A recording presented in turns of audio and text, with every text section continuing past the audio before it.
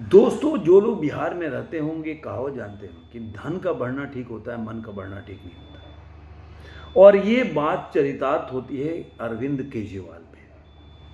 अरविंद केजरीवाल एक जब ये पॉलिटिक्स में नहीं आए थे, जब इंडिया अगेंस्ट करप्शन था, जब ये लेके आए तो लोगों में एक उम्मीद जगी थी और लोगों ने, इंक्लूडिंग मैं अपनी बात भी बता रहा हूँ, मुझे एक होप था कि ये बंदा कुछ करेगा।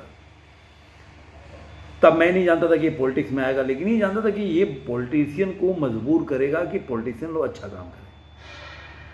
क्योंकि भारत के लोग या जनता है वो इमोशनल होता है और इमोशंस को मतलब आप यूज करना कोई सीखना है तो केजरीवाल से सीखे।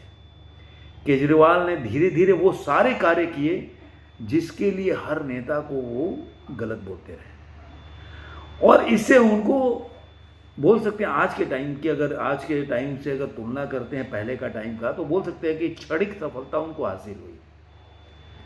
उन्होंने सबसे पहले आए, सबको सब करप्ट है करके, उसके बाद वो बोले जो पार्टी नहीं बनाएंगे, उन्होंने फिर पार्टी बनाई कि हम तो नया चीज़ लेना आते। लेकिन लोगों ने तभी ध्यान नहीं दिया, लोगों ने सोचा कि चलो ऐसा आदमी अगर पॉलिटिक्स में आए तो अच्छी बात है। फिर उनका धीरे धीरे उन्होंने अपना मतलब बोल सकते कि अपना रंग दिखाना शुरू किया, लेकिन लोग समझ नहीं पाए। जब उन्होंने बोला कि नहीं कांग्रेस तो बाहर से सपोर्ट कर रही है, हम तो कर नहीं, जब 28 सीट टाइम का दिल्ली में है और कांग्रेस ने 8 या मेरे ख्याल से पूरी याद नहीं है और बाहर से सपोर्ट किया था और इनकी सरकार बनी थी। फिर उसके बाद 67 सीट जीत के लाया, 63 सीट जीत के दिल्ली में मुख्यमंत्री हैं। लेकिन उस समय उन्होंने बोला जो नहीं कि बहुत सी बातें बोला, अगर बोलने जाऊं तो मतलब एक लिस्ट तैयार हो जाएगा। लेकिन मेरे को 2-4 बिंदु पे, एक तो इन्होंने बोला जो मैं घर में नहीं रहूँगा, तो घर तो पता ही है कि 40-45 करोड़ तो केवल घर के रिनोवेशन पे खर्च किए। मैं पूरे घर के ज़मीन से लेकर अगर लैंड पे बताऊं तो 145 करोड़ का वो स्कैम है, लेकिन केवल रिनोवेशन की हल्ला हो रही है कि वो 45 करोड़ खर्चा हुआ। उसके बाद वो बोलते थे कि नहीं मैं गाड़ी में तो घूमूंगा नहीं।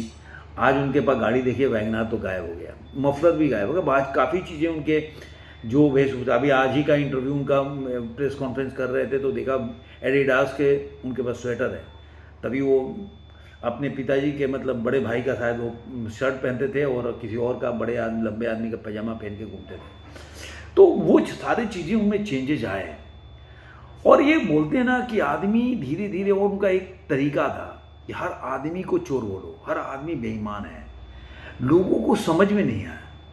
बाद में धीरे धीरे वो माफ़ी भी मांगने लगे। लेकिन क्या होता है ना, कई बार आपका मन इतना बढ़ जाता है कि आप अपने बनाए हुए जाल में फंस जाते हो।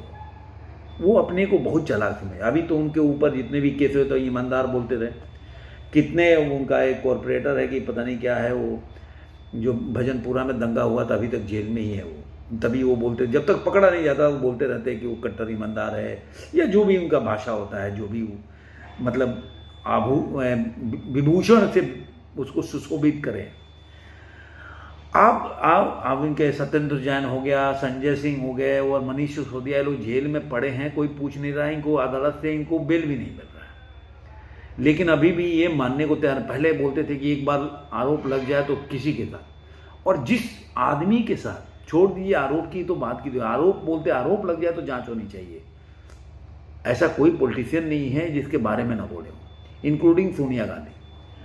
तो अब छोड़िए आरोपों की बात, और मैं तो कहता हूं कन्विक्टेड है लालू यादव। उनके साथ शेयर करना, उनके साथ मीटिंग करना, उनके साथ ये बोलना कि लालू यादव से सपोर्ट मांगना और बोलना कि नहीं भाई लोकतंत्र खतरे में है इसलिए हम लोग साथ आ रहे हैं। तो बीजेपी भी बोल सकती है ना, जिसके साथ वो बैठ रहे हैं, चाहे अगर आप लोकतंत्र खतरे में है इसलिए अपने विरोधी या विचारधारा के उलट भी जाकर लोगों से गठबंधन कर रहे हैं, तो बीजेपी भी बोल सकती है कि अजीत पवार के साथ और नीतीश कुमार के साथ दोबारा इसलिए आ गए क्योंकि भ्रष्टाचार से उनको लड़ना है, और वो भ्रष्टाचारी नहीं है, वो तो शरद पवार जी के कहने से सारा काम किए। तो देखिए, कहने के जैसे आप कहते हो वैसे कोई भी नेता बोल सकता है। और ये उनका जो बहुत जल्दी किसी ने अडॉप्ट किया, तो राहुल गांधी ने भी अडॉप्ट किया। अब याद होगा कि भारत जोड़ो यात्रा था, कश्मीर गए थे राहुल गांधी, बोले कि मेरे को तो आतंकवादी के ऐसा कुछ बोले थे कि आतंकवादी भी आए थे वहाँ पे, बाद में पुलिस वाले गए और पूछने लगे वहाँ पे कि भाई ये कौन सा आतंकवादी है जिसको आप जानते थे, बताइए मेरे को। उस मुद्दे को इन लोगों ने ठीक से नहीं उठाया, उठाना चाहिए था, पूछना चाहिए था बुला के, भाई आप बताओ कैसे आपको पता चले। तो लेकिन इस बार बीजेपी की स्ट्रेटेजी सही रही है। कोई भी आदमी को इस तरह से आप फट से बोलो, पिछले बार भी ऐसे ही लगाए थे कि वो 800 करोड़ का वो दे रहे थे सरकार गिराने के लिए, थोड़ा सा उठाया बीजेपी ने, लेकिन उसके आगे नहीं बढ़ाया। एक मतलब कि वो आज तक पता नहीं चला कि वो 800 करोड़ कौन था, कितने दे रहा, किसको दे रहा था। इस बार वो नोटिस जो दे रहे हैं, और अब देखिए वो घर से बाहर नहीं निकल रहे हैं। आतिशी मरनाना भी, जो कि बोल रही थी कि नहीं हमारे 7 विधायक को तो ऑफर दे रहे थे, तो बताओ ना भाई, अब तो पुलिस को इन्वेस्टिगेशन में या तो ब्राइब देना या ब्राइब लेना, दोनों जुर्म है।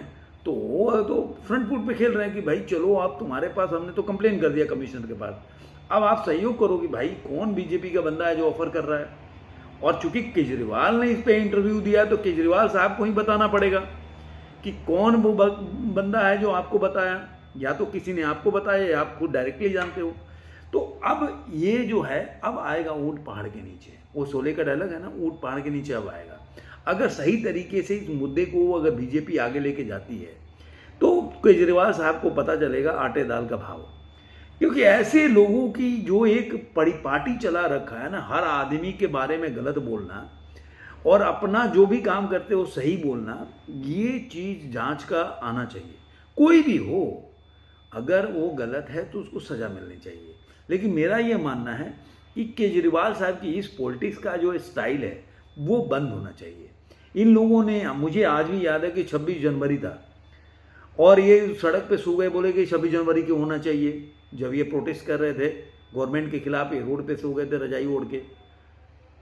मतलब जो व्यक्ति 26 जनवरी को बोलता हो कि नहीं भाई अब ये कोई जोरी नहीं है, देश से बड़ा, मतलब इनसे बड़ा 26 जनवरी भी नहीं है, तो आप सोचिए कि वो व्यक्ति, मैं तो ये भी बोल रहा है कि रामलला पे क्या क्या बोले मंदिर के लिए, अब क्या बोलते हैं वो अलग बात है। लेकिन मैं जो बोल रहा हूँ कि चलिए राम मंदिर में एक बोल सकते हैं कि हिंदू कम्युनिटी के लिए, लेकिन 26 जनवरी तो हिंदू मुस्लिम सिख ईसाई कोई हो उसके लिए।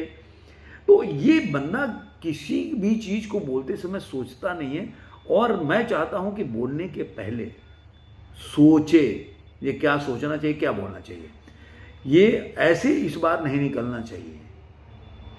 और मुझे लग रहा है कि इस बार अगर सही तरीके से इसका दवाई हो गया तो बहुत लोगों को ये मैसेज आएगा कि नहीं, ऐसा करना गलत है। आपको ये वीडियो कैसा लगा जरूर कमेंट बॉक्स में बताइए। फिर मिलेंगे किसी और वीडियो में, तब तक के लिए धन्यवाद।